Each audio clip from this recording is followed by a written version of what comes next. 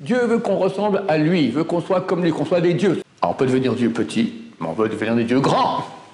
Et j'ai senti une proximité d'Hachem, douce, que de ma vie, je n'ai pas ressenti. On sent la gifle de Dieu, mais avec la caresse.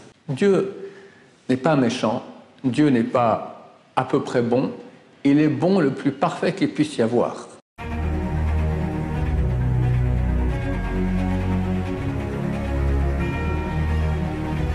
Ce jour dédié pour la Refoua Shema, la guérison complète et rapide, sans aucune séquelle de Eliaou Raphaël Ben Myriam, ce petit enfant qui a été renversé par un bus jeudi. Les médecins avaient dit qu'ils ne pensaient pas qu'il finirait la nuit. Baruch Hashem, il est encore vivant. Alors, on espère qu'il va se réveiller bientôt, en bonne santé, et sera, Bezrat Hashem, tout à fait en bonne santé, un grand tzaddik. Amen, amen. Amen. Alors, la question de Israël. Alors, comment sortir de la douleur, sachant qu'on est dans un monde de réparation, donc de souffrance, mais malgré tout, on ne doit pas vivre avec une espèce d'un sentiment de douleur, on doit être en joie, on doit donc peut-être accepter, mais comment s'en sortir presque vis-à-vis de ce sentiment de... Ok, alors toi tu dis comment, vu qu'on est censé être en joie, Dieu est bon, et néanmoins on vit dans un monde de douleur, comment gérer cette douleur? Alors d'abord j'aimerais corriger une chose que tu as dit. Tu as dit qu'on est dans un monde de réparation, qu'il y a de la douleur. C'est vrai que des fois, des douleurs, des souffrances qu'une personne peut endurer, ce sont des réparations, mais pas toujours. Pas toujours. Il faut savoir que la souffrance en soi, elle est le plus grand mérite qu'on puisse avoir. Alors le Talmud dit, on veut ni les souffrances ni leur mérite, mais quand ça vient, on est censé dire merci parce que c'est vraiment quelque chose d'extraordinaire. On ne peut pas se rendre compte. Parce que le mérite est dans le monde infini et la souffrance est dans le fini. Donc forcément, le fini n'a aucune valeur par rapport à l'infini. Mais ce n'est pas agréable les souffrances. Moi, personnellement, j'ai vu, et je pense que beaucoup de gens aussi, ils analysent leur vie, ils verront que quand il y a une souffrance qui vient, après d'habitude, il y a comme une vague, il y a un creux de vague et un haut de vague. Plus le creux il est profond, plus le haut de vague qui viendra, il est énorme. On ne peut pas accéder à une chose qui a de la valeur dans ce monde sans effort. Effort égale souffrance, on revient au même. Effort, c'est un terme pour dire une petite souffrance. Quand c'est beaucoup d'efforts, ça s'appelle souffrance. Le Talmud dit, c'est Bachot page 5 qui traite là-bas beaucoup de la souffrance, qui dit qu'il y a trois choses qui s'écrivent avec souffrance. Olam Haba, le monde à venir, la Torah, la terre d'Israël. Ce sont les trois choses qui ont le plus de valeur dans la réalité. Olam Haba, c'est Dieu lui-même. Pouvoir s'unir avec Dieu. La terre d'Israël, c'est à peu près ça aussi.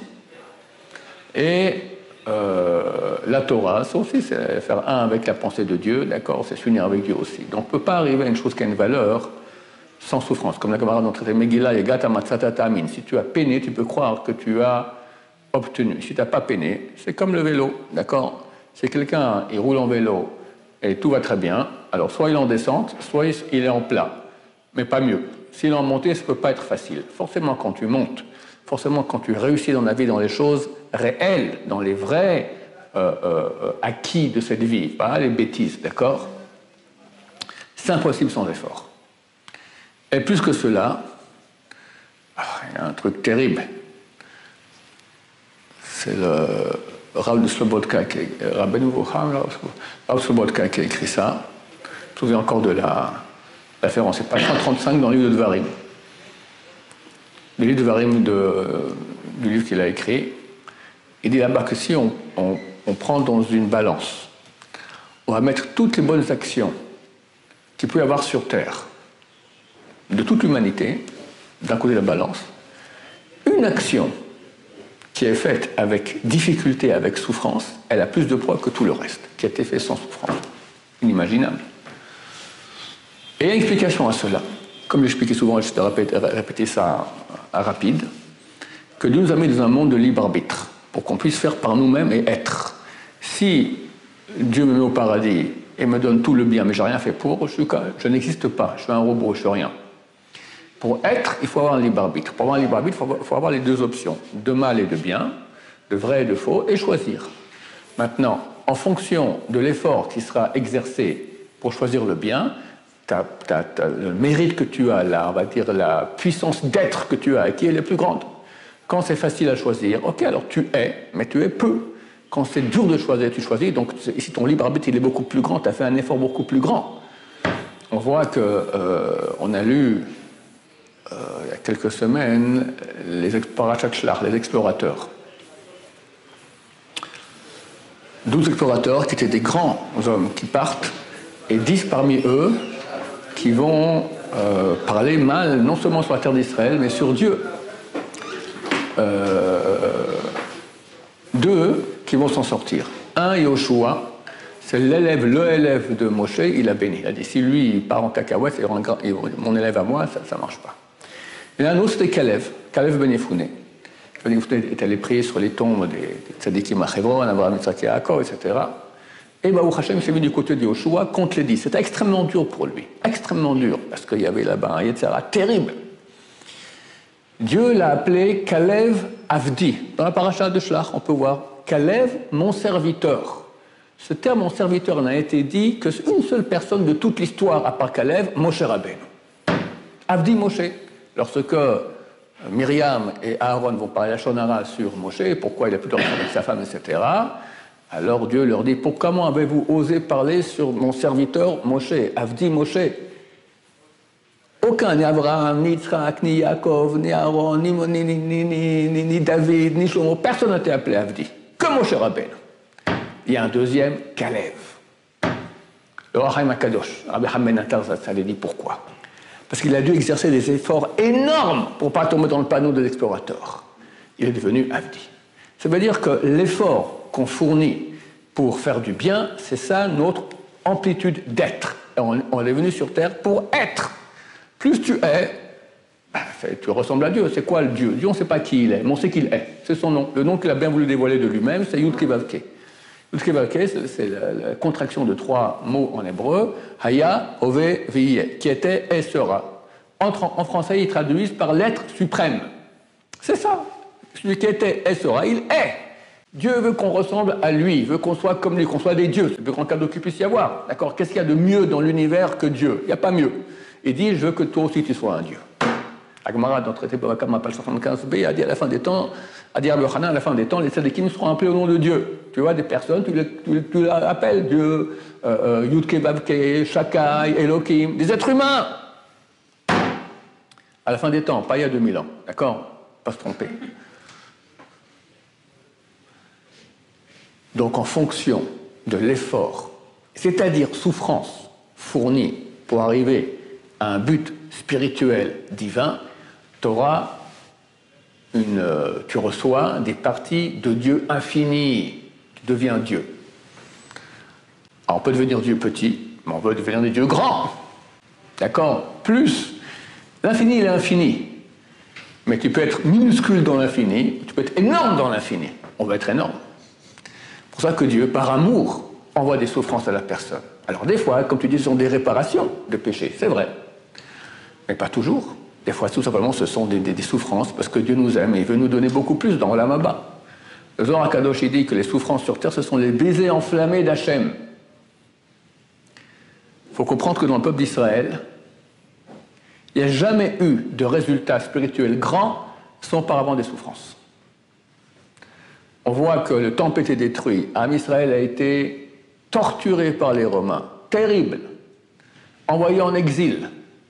Qu'est-ce que ça a produit? Le Talmud. Tu as une production humaine plus grande que le Talmud. Phénoménal.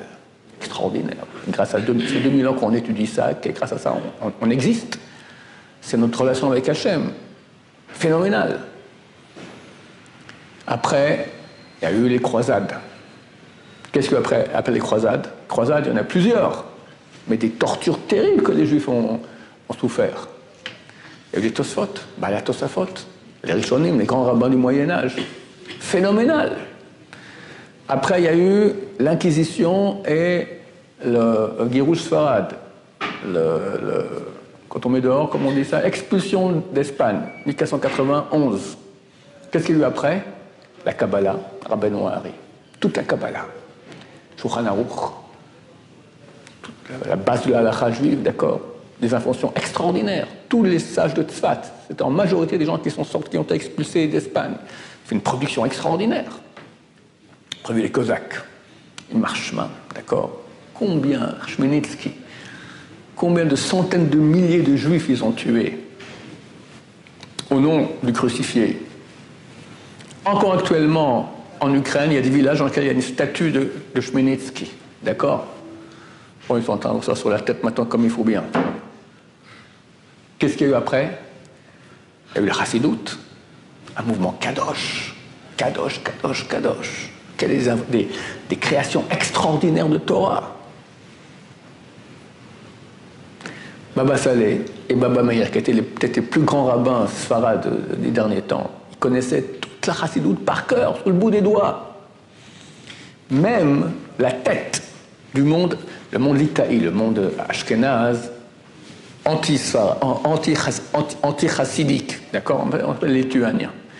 Le grand penseur du monde, ils n'aiment pas du tout les chassidim, le grand penseur du monde lituanien, décédé il y a quelques années, c'était Rav Moshe Shapira, d'accord, très très connu, profond, phénoménal, c'est un grand de Torah.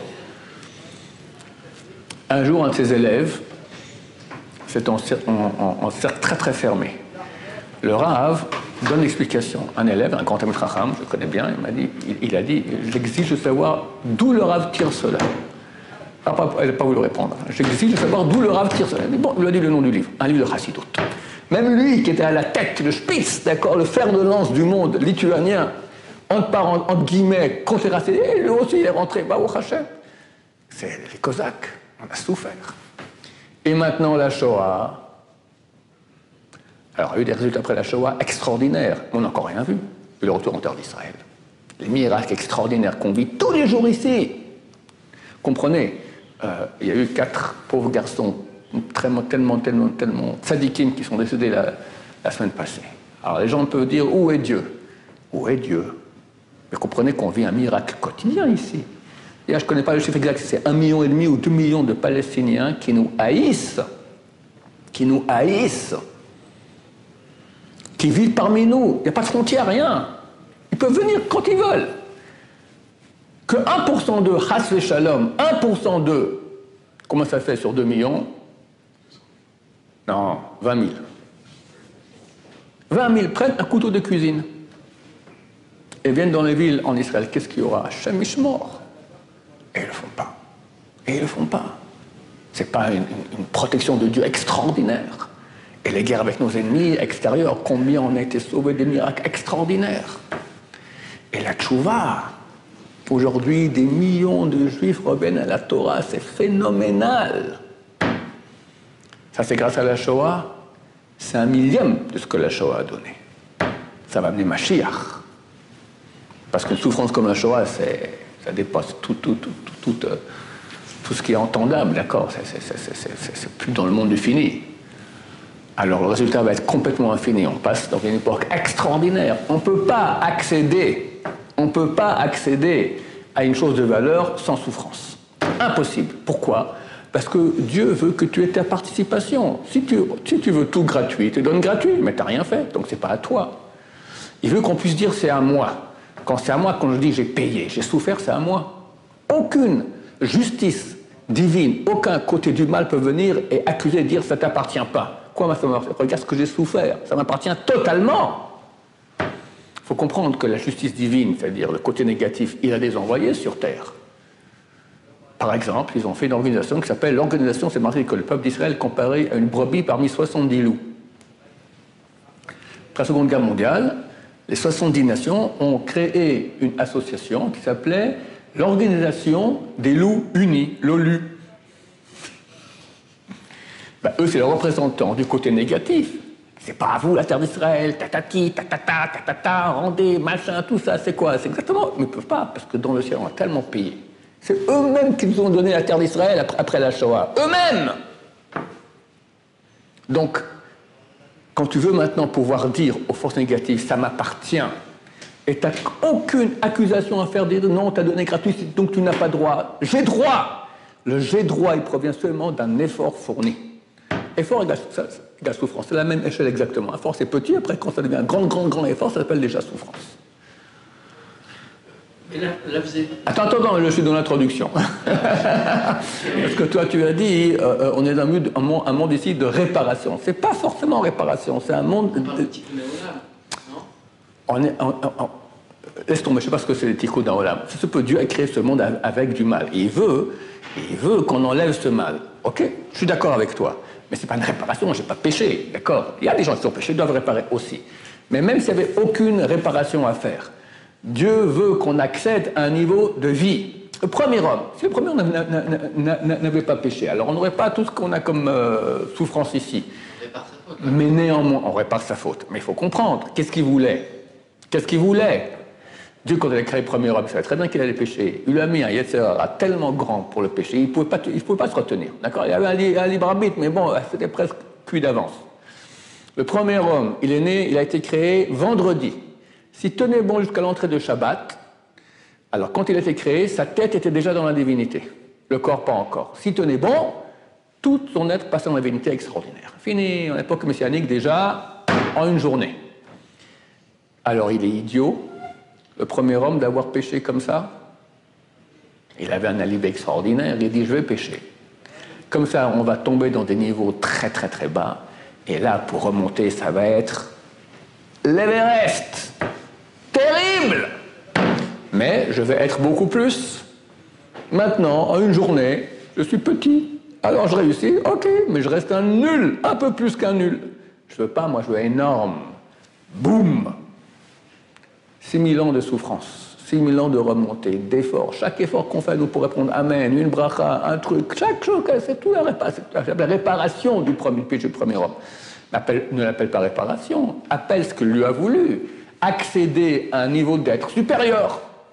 C'est ça. Ta question, maintenant on arrive à ta question. Comment, dans la douleur, parce qu'il y a des douleurs terribles, arriver à être heureux? Je ne veux pas en parler, parce que quand je souffre aussi, et je demande tout de ne pas souffrir. Alors je peux expliquer les choses qui sont écrites, mais il ne faut pas surtout croire que je fais partie des gens qui vivent ce que je vais expliquer maintenant. La réponse, elle est très simple. Le cœur, il a mal, mais on a aussi une tête. Et la tête, c'est un principe de la chassidoute, moach shalit al halev, la tête, elle peut maîtriser le cœur. Quand quelqu'un va chez le dentiste, avant qu'il y avait les piqûres d'anesthésie. Souffrance énorme. Pour ça, que les gens n'allaient pas chez le dentiste. Ils allaient, ils hurlaient, et après, avec un sourire, ils disaient merci beaucoup et payaient.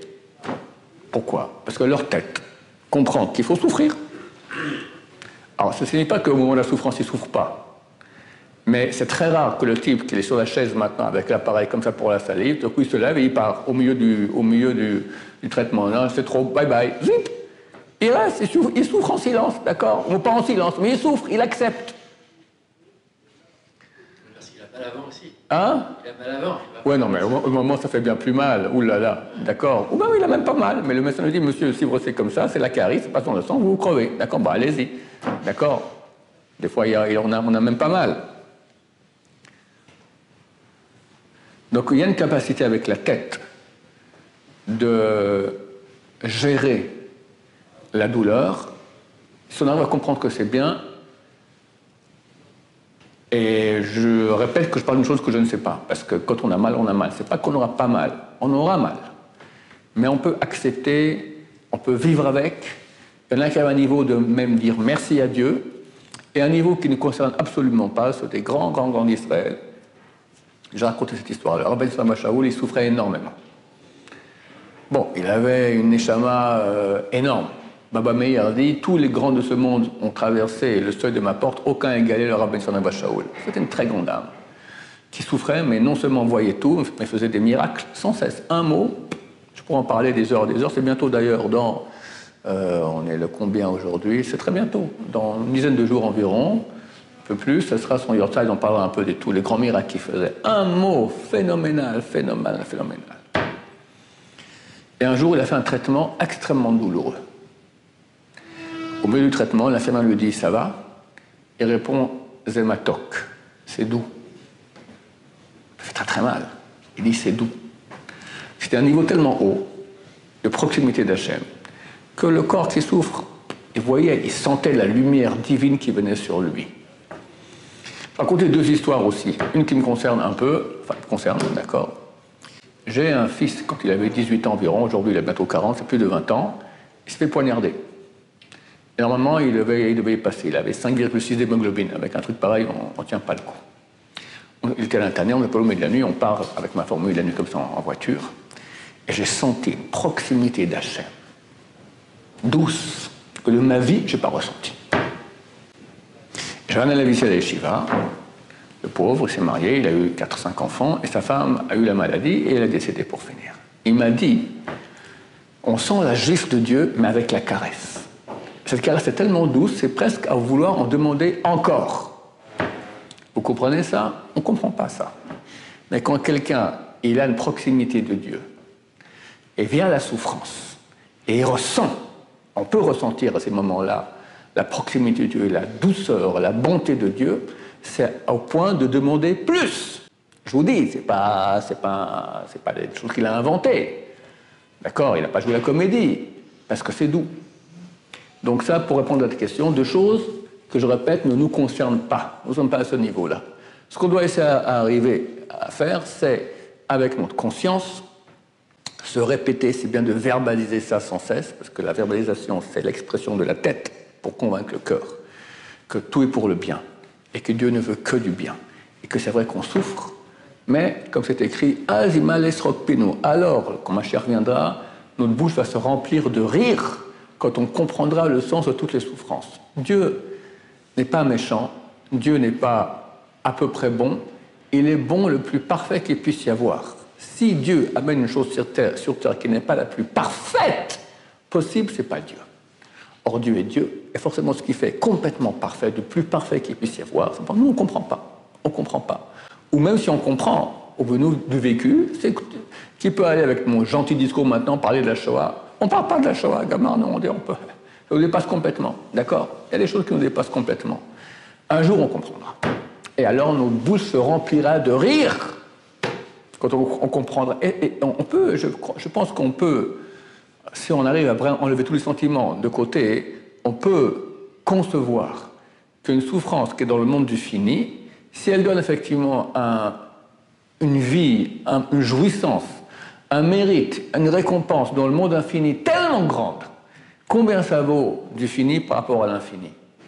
Alors tout le monde a fait un peu de maths, c'est qu'un milliard de milliards par rapport à l'infini, ça vaut zéro. Zéro. Et il se peut que quand on arrivera, voilà, on dira Dieu, pourquoi tu ne m'as pas envoyé plus de souffrance? Dieu ne veut pas qu'on l'accuse pour rien. Il dit, je t'envoie le maximum de souffrance possible que tu peux tenir. Et nous, on dit, on préfère rien, comme dit l'Agmara, on ne veut pas de souffrance, ni leur mérite. Mais si Dieu décide quand même, il faut comprendre que Dieu est parfait, de la perfection la plus parfaite qu'il puisse y avoir. On voit dans la Torah qu'on a des clélotes, quand on a des choses mauvaises qui nous arrivent, parce que justement, on n'a pas servi Hachem dans la joie. Mais est-ce que c'est aussi la situation que même dans la souffrance, on doit réussir à servir Hachem dans la joie, ce qui paraît presque, vous voyez, impossible. Regarde. Ou alors est-ce que c'est, entre guillemets, servir Hachem dans la joie, quand bon, ça va, entre guillemets, tout est un petit peu établi comme... ça va, on a tous des difficultés, mais c'est pas des grosses, comme vous avez dit, Alors, je veux te dire, donc la question, est-ce qu'on doit vraiment servir Dieu dans la joie alors qu'on souffre? Alors je te donne des exemples de gens qui l'ont fait, qu'on leur mentionne dans ce traitement qui était très très douloureux. Mais il faut comprendre qui on est. On n'est pas le Rav, ni le Ben, ni le Tzion. D'accord? On est à 1 milliard d'années-lumière de cela. Maintenant, Dieu, il comprend qui on est. Il demande, au niveau où on est, d'essayer de mieux gérer la souffrance. Qu'est-ce que ça sera? Alors, quelqu'un maintenant, il souffre, avec la tête, il va essayer de raisonner le mieux qu'il peut pour accepter la souffrance, je ne dis pas qu'il ne va pas souffrir, je ne dis pas qu'il va même pas peut-être dans ce corps, il en voudra Hachem, Chasé Shalom, d'accord. Mais essayer de diminuer tout ça grâce à la conscience. Le seul moyen de gérer le cri du cœur, c'est avec le raisonnement de la tête. Actionner la tête sans cesse, beaucoup, forcément ça va atténuer les réactions animales, naturelles et normales de quelqu'un qui souffre. C'est le seul moyen que je connais qui existe. D'accord? Maintenant, dans quelle mesure on va réussir à avoir un résultat à 100%, je vous le dis à l'avance, il n'y a pas. 100% c'est pour les grands tzadikim, c'est pas pour nous. D'accord? Mais au moins on fera un effort. Ce que Dieu nous demande, c'est dans la douleur aussi comprendre que ça provient de lui. C'est déjà énorme. Si quelqu'un peut même dire le mot merci, bien qu'il souffre, et il supplie Dieu d'arrêter, mais il dit aussi un petit merci en passant, ça vaut énorme, il faut comprendre, je répète. Les petites choses, comme je vais raconter une chose que j'ai vue hier. À la fin de la paracha de Chokat, qu'on a lu en Israël, qu'ils vont lire à l'étranger cette semaine, Moshe Rabbeinu part en guerre contre Og Melech HaBashan. Et il a peur. Et Dieu lui dit, n'aie pas peur de lui. Pourquoi il avait peur? Après que les victoires extraordinaires que Dieu a fait pour son peuple d'Israël avec Sichon Melech Aémori et d'autres, d'accord? Moshe, il doit aller pépère. Dieu lui dit, va te battre contre Og, il va, il est encore pas que Dieu va. Quand Dieu lui dit, n'aie pas peur, c'est-à-dire qu'il y avait une très bonne raison d'avoir peur. Dieu n'a pas dit, tu as tort d'avoir peur. Il n'est pas peur, mais il avait compris qu'il y avait une très bonne raison d'avoir peur. Quelle raison? Og avait un mérite. Quoi? Environ 400 ans plus tôt, 4 rois sont venus du nord, ont conquis la terre d'Israël, ils ont kidnappé Lot et l'ont pris avec lui. Lot est le neveu d'Abraham. Og vient annoncer cela à Abraham. Il a un mérite. A-t-il un mérite? Un mérite de rien. Pourquoi? Parce que Og, ce n'était pas un type bien. Il s'est dit, je vais dire à Abraham que son neveu Lot a été kidnappé. Il va partir en guerre contre les 4 rois et ils vont le tuer et moi je me marie avec Sarah. C'était une des plus belles femmes que le monde a connues, Sarah. D'accord? Donc c'est complètement tordu. Mais néanmoins, il avait un petit mérite. De ce mérite, Moshe Rabbeinu avait peur. Comment je pars en guerre contre lui? Il a un mérite. Et Dieu ne lui dit pas, non, il n'a aucun mérite. Il lui dit pas ça. Il lui dit, je m'en occupe. Il a un mérite, tu as raison. Mais tu peux y aller, je m'en occupe. Donc comprenez maintenant qu'un petit merci de Dieu dans la souffrance, un petit moins de souffrance où on va raisonner un peu dans la souffrance, combien ça vaut? Combien ça vaut? On ne se rend pas compte de la valeur des choses. Baruch Adonai, Leolam, Amen va Amen.